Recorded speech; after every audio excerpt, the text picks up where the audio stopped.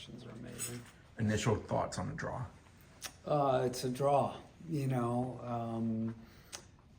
I didn't think Samford would come here again, because it's a repeat from last year, and just assumed that the NCAA committee would try to avoid it. But at the same time, from a financial standpoint, the only two drivable schools were Samford and UCF. So we were kind of wondering, right? And Todd's done an amazing job. And as we just told our team, they haven't lost since August 24th. And I think since then have given up only 5 or 6 or 7 goals. So obviously we played them last year and had success against them last year. But that wasn't a typical day for Todd and Samford. So they're going to be a good team, and we got to be ready to play. How prepared did the schedule make you guys? 7 of the teams you guys played in the regular season find themselves in the tournament. What does that do for you? Yeah, it does a lot, because you just get acclimated to what you play against, and that's the level, that's the standard that you're playing against all the time, right? And forget rankings, forget RPI stuff. It's what's happening between the lines, right? How fast is the game? How fast is your decision making? What's your technical execution, right? All the pressure, all the things that make you play at a high level. And that's what we've had to do throughout the course of the season. And hopefully that puts us in a place to have success on Friday. Samford's only allowed, I think it's 0.5 per match on the year. What is it about the system that does not allow teams to get a whole lot of opportunities? I don't know enough right now about that team. I just looked quickly. I was talking with a friend over the weekend. He's the one that said they hadn't lost since August, and I did a quick look. But so I don't know enough. They usually have good players, right, both in attack and defense. I don't know how old they are. I don't know more than what I've shared so far. How do you handle scouts for the postseason, especially in the sense of prepping for a potential next opponent? Yep. What we'll do, some of our video guys will put together the Samford, because that's a 1 game, right?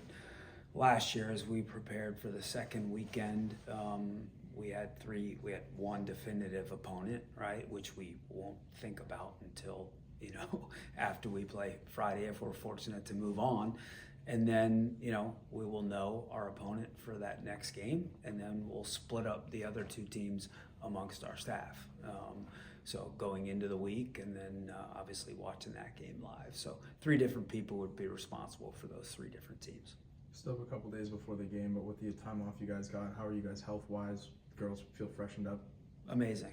We hated not being in Cary, and that was a real tough pill to swallow. And last Monday, we couldn't wait until this Monday, right? Till we learned our fate and the freaking ACC tournament was over, and we didn't have to watch or know any, think about it, and we could all move forward, right? We all start fresh, and here we are. And we had some players that were nicked up and beaten up and just emotionally and physically tired, and we had a great practice today before the selection show. We'll have a day off tomorrow, and then we'll have 2 days, and we're at full strength. So did you have any expectations going in about your seeding or what your path would be or anything like that? Does that ever happen usually? Yeah, my expectation was I felt like we were on the bubble of a 2-3 seed, and I really felt like, a lot of people were saying, oh, you're going to be a 2, you're going to be a 2. In my heart and gut, I felt we were 50-50, because just, there are numbers, there are stats, there are rankings, but there are also humans in that room, right, that are looking at so many different teams. And so my favorite phrase in life is, you never know. You just never know. And so here we are. We're a 3 seed, and we've got a good opponent on Friday. Was there any disappointment in the room that you saw when you watched it with the team, when your name came up as a 3? I'm really impressed with their lack of reaction, and we talked about it after training.